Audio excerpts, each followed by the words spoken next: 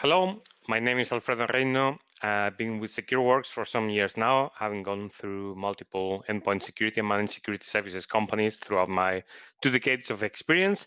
And today in this session, we're going to talk about the MITRE ATT&CK framework and how it can be leveraged to enhance security operations through improving protection, detection, and response capabilities, and therefore bridging the human and technical knowledge with the MITRE ATT&CK framework. Okay, so over the next half an hour, we will cover what's attack framework, how to use it, how do we enrich threat intelligence with attack, the limits of attack framework, and how we use it at SecureWorks.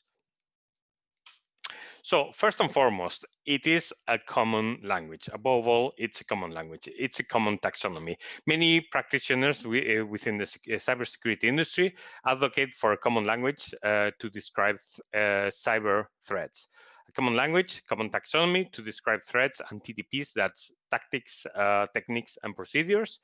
It is important to understand that the language we use to describe threats shapes the way we think about and determines how to approach a holistic defense. In the recent years, MITRE ATT&CK has increasingly become that common language, and it is helping push the security vendor community to enhance our abilities and detect known adversary behaviors. So, what's attack? You probably all know already, but it is, as I said, it's a common language, common taxonomy to describe threats and TTPs. It is also a knowledge base of adversary tactics and techniques based on real-world observations on how threat actors and attackers behave. It is a framework to facilitate prevention, detection, and response analysis. It is a tool to create red team plans with adversarial mindset. It is security teams can leverage the MITRE ATT&CK model to think about key visibility points within their environment, as well as overall detection coverage and strategies. So where does it come from? In the beginning, there was the cyber kill chain. The term comes originally from the military. Lockheed Martin popularized it in 2011 as the cyber kill chain, and it reveals the phases of a typical cyber attack, from early reconnaissance activities to the goal of data exfiltration or other objectives on the target. This is, as you can see on your screen, this is the cyber kill chain as used by SecureWorks. There's slightly different ones used by different people. And the idea is that attacks tend to follow similar sequences of actions and activities, which can be analyzed, can be defended against through prevention, detection, and response, ideally as early in the kill chain as possible. So the ultimate goal is decreasing the dwell time. Dwell time or time to detection is one of the important metrics of the industry, and the goal has always been to reduce it by enhancing visibility. This was in 2018, and finally, possibly through the widespread deployment of EDR solutions and other advanced technologies, suddenly or finally, dwell time is finally decreasing, but still the number of incidents that take months or more, according to some vendors, to be discovered still it still accounts for almost a quarter of the incidents. So what's attack? One way to look at it is as an expansion of the kill chain. So there is more activities in the attack framework. They're called tactics. And for each tactic, there's multiple techniques that can be used to implement it.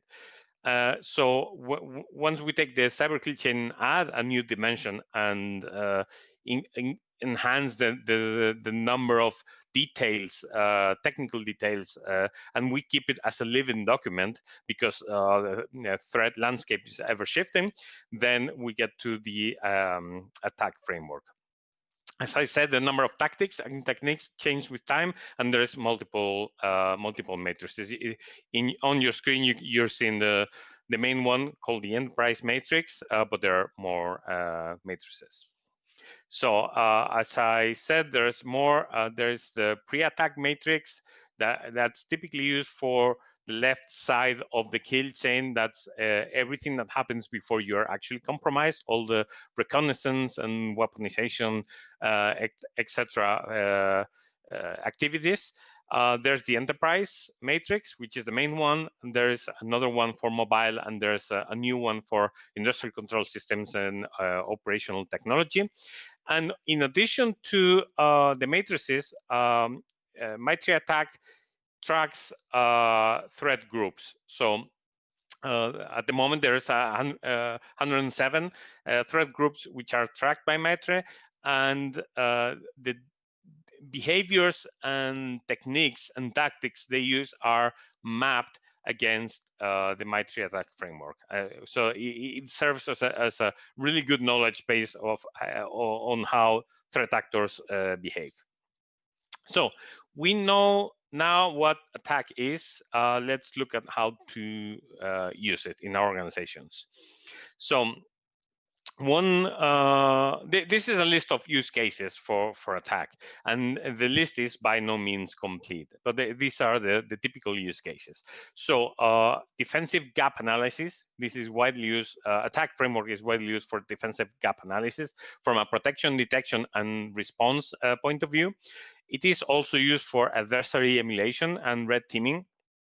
It is used for engineering of behavioral detection, for assessing the maturity of your security operations, to enrich and annotate your threat intelligence and facilitate communications between teams and organizations. We'll see an example in just a minute. And for vendor evaluations and coverage assessments by different vendors and organizations and so on. We will touch upon each of these points in just a couple of minutes. So for defensive gap analysis, and this is probably one of the main use cases for MITRE ATT&CK framework.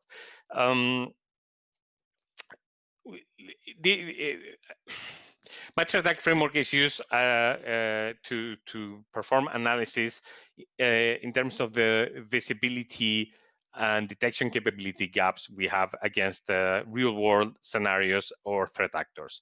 So, for example, we can look at the tactic called credential access. You can see on your screen, this is a subset of the matrix. And one of the techniques used for credential access, it's called OS credential dumping. In this case, for the enterprise matrix, there is sub-techniques that detail different technical techniques used by threat actors to perform or to implement these techniques and these actions. And one of them we can see the first example is ELSA's memory. So that means dumping the ELSA subsystem service process to obtain credentials from the OS. In the MITRE ATT&CK website, there is a wealth of technical details and in-depth descriptions of the different techniques. But one important thing that's also included is the metadata for the technique or sub-technique, where we see things like the permissions required, which is quite useful when you're planning for protection or least privilege for your users.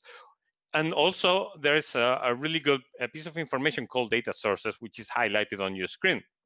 It says that for this particular technique, logs from PowerShell, process command line parameters, and process monitoring could be a good source of visibility to detect this. That means if you don't have that, you lack visibility, you will have problems developing or engineering the detection engines. So you have to make sure you are collecting this information maybe through a EDR solution or similar technology.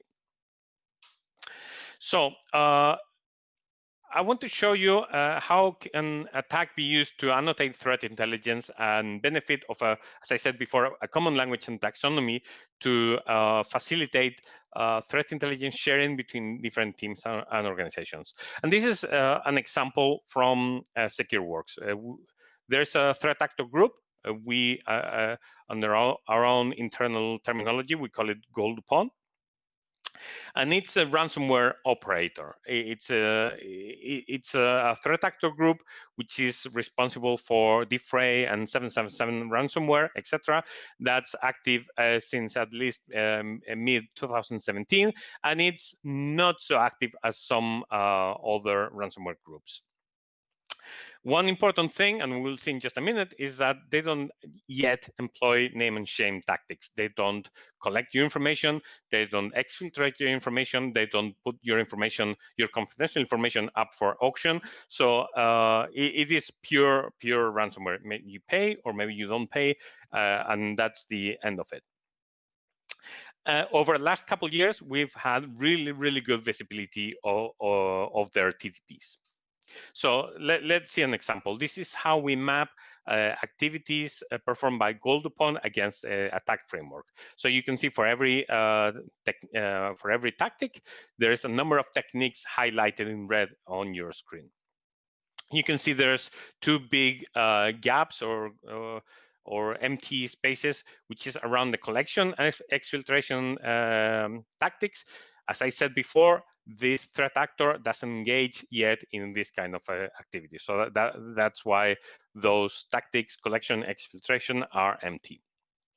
So going from left to right through the matrix.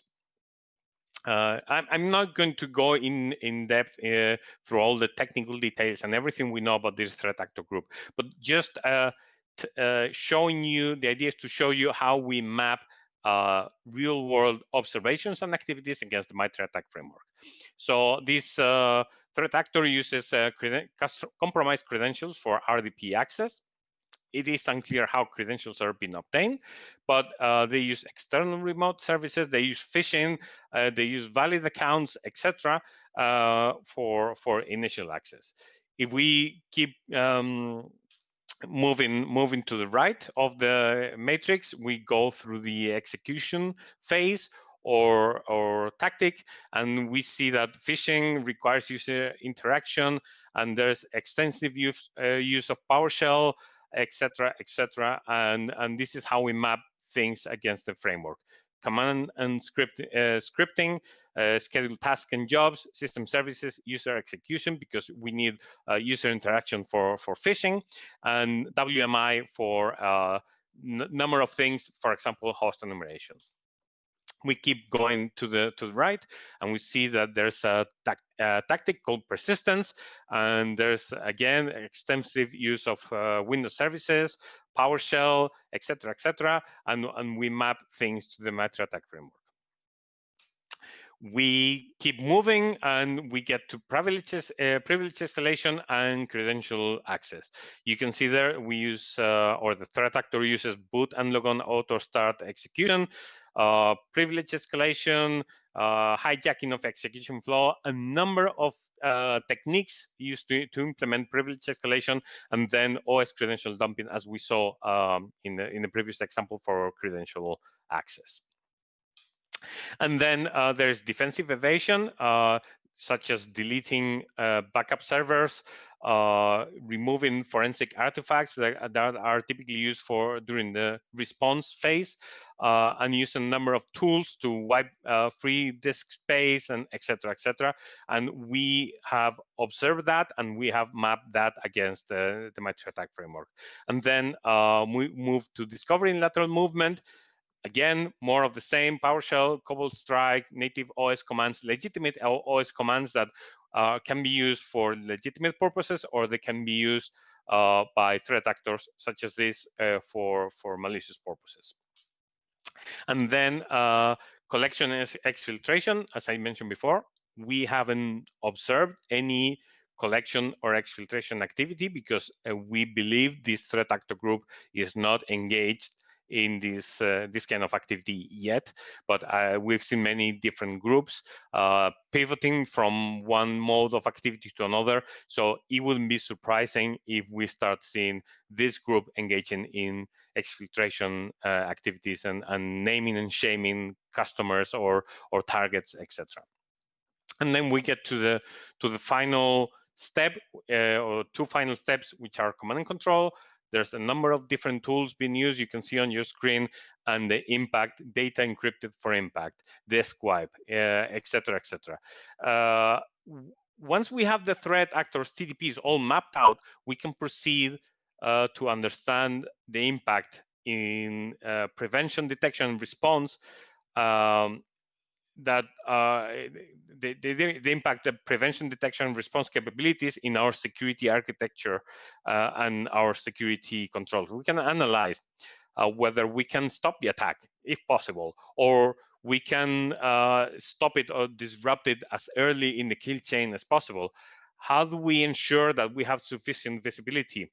Whether our detection logic is good enough to detect all these different phases, especially the first ones, because as I mentioned, we want to detect things and disrupt things as early as possible, or start the response efforts as early as possible during the attack. And how do we respond? Do our plans, procedures, tools, etc. Are good enough for responding to something like this? So we could immediately use this for a tabletop scenario, or we can commission a red team to actually implement all of this and emulate an attack by this threat actor group, and see if our defenses, our response procedures are up to it, would be up to it in a real world attack. So that's an example, but there's limits to attack. It is not a silver bullet, and some cautions are needed. So we can detect this technique. It's not necessarily the same as we can detect this specific implementation by this specific threat group. Techniques can be implemented in infinite, ever-growing number of ways, and some of them are easier to when you engineer detection engines against a specific technique, but some of them can be very different. So someone saying we are covered by for this technique, it's almost never true, because you're covered against a specific implementation of this technique, not necessarily against everything. Also, techniques don't necessarily fall into neat buckets. For example, disk wipe is used as a defensive evasion by the group we just saw, Gold DuPont, but it is not used as an objective or with the intention to create damage. So mapping, sometimes it's a bit, you have to take it with a grain of salt. And then one important advice is do not rely on the framework in isolation to detect specific playbooks. You actually need to go through it. You need to emulate it. You need to compare it with your experience and your observations, etc. And in some cases, maybe a traditional kill chain view is still sufficient, and you don't need to overcomplicate it using the attack framework. In summary, attack is not a compliance tool. It is not the goal to create a heat map with yes, we're covered against this, we're not covered against that yet, etc. Because coverage has a really specific meaning in this case. It means that you are somehow covered against specific implementations, but not necessarily against every possible iteration of the technique. So beware of coverage comparisons. Some vendors like doing this, like we are covered against this, or if you implement this tool or you deploy this agent, you will cover against that. You have to be skeptical, and you have to validate what they mean by coverage in every case. So I'm going to finish by explaining how SecureWorks is using the attack framework. So over the last 20 years of the life of the company, we've evolved our approach to fighting threat actors.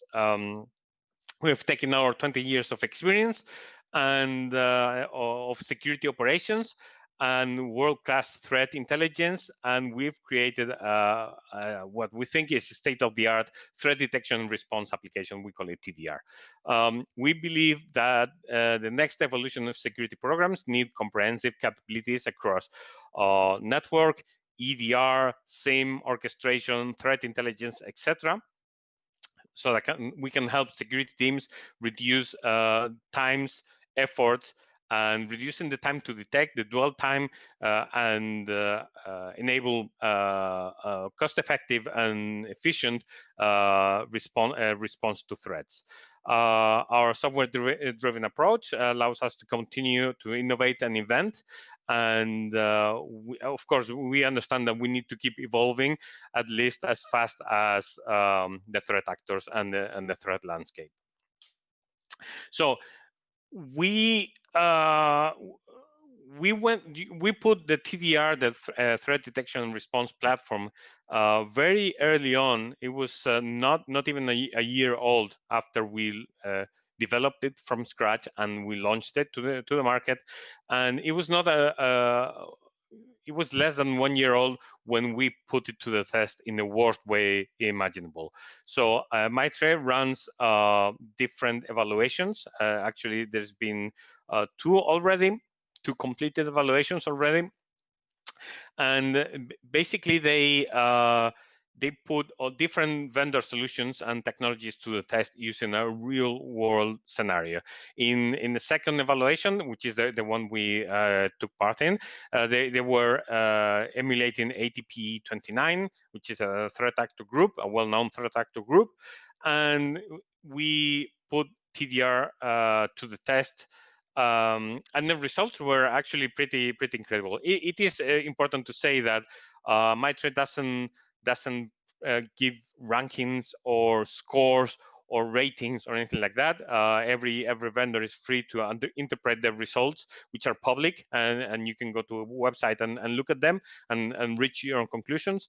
But these conclusions and these analyses are, of course, not endorsed or validated by MITRE. When I said the results were incredible, is that it was a very young platform, and we had 100% success at detecting activity for persistence, privilege escalation, discovery, and lateral movements, tactics, and techniques. Everything the evaluation team threw at TDR, SecureWorks TDR, we detected it. We detected it in these tactics, and which is aligned to our way of thinking, because they are early on in the kill chain, and this is where we think things should be detected so we can start remediation, containment, and response actions as soon as possible. Overall, the whole evaluation, we detected 90% of visibility and detections across all techniques using evaluation, which for a very young TDR platform, as I said, that was we think it was pretty impressive.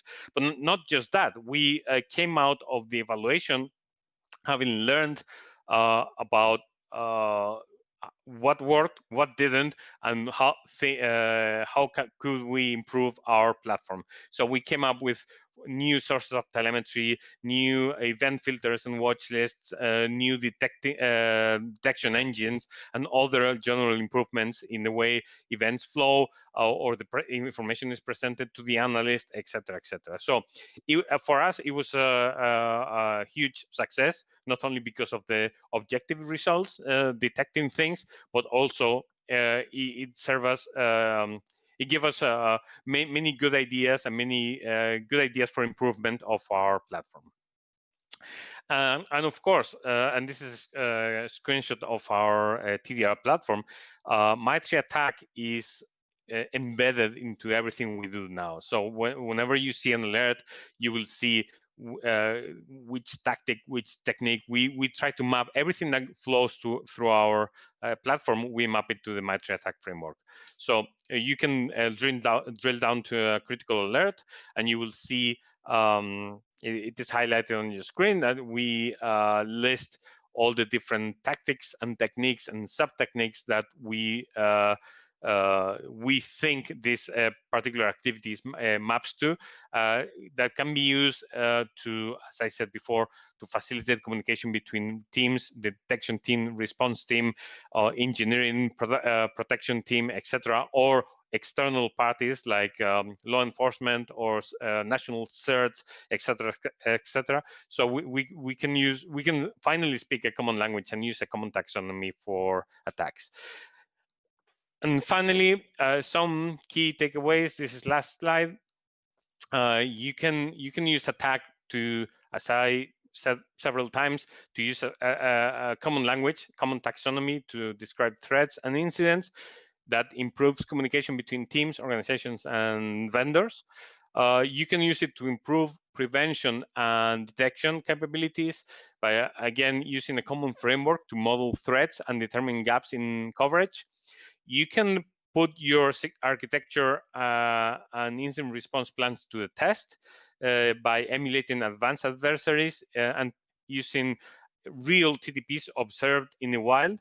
You can increase the maturity of your security operations by improving response playbooks and enabling proactive threat hunting activities.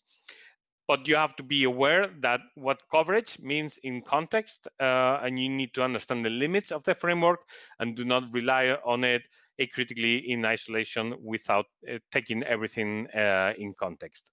So that's it from me. Thank you for your time and your attention.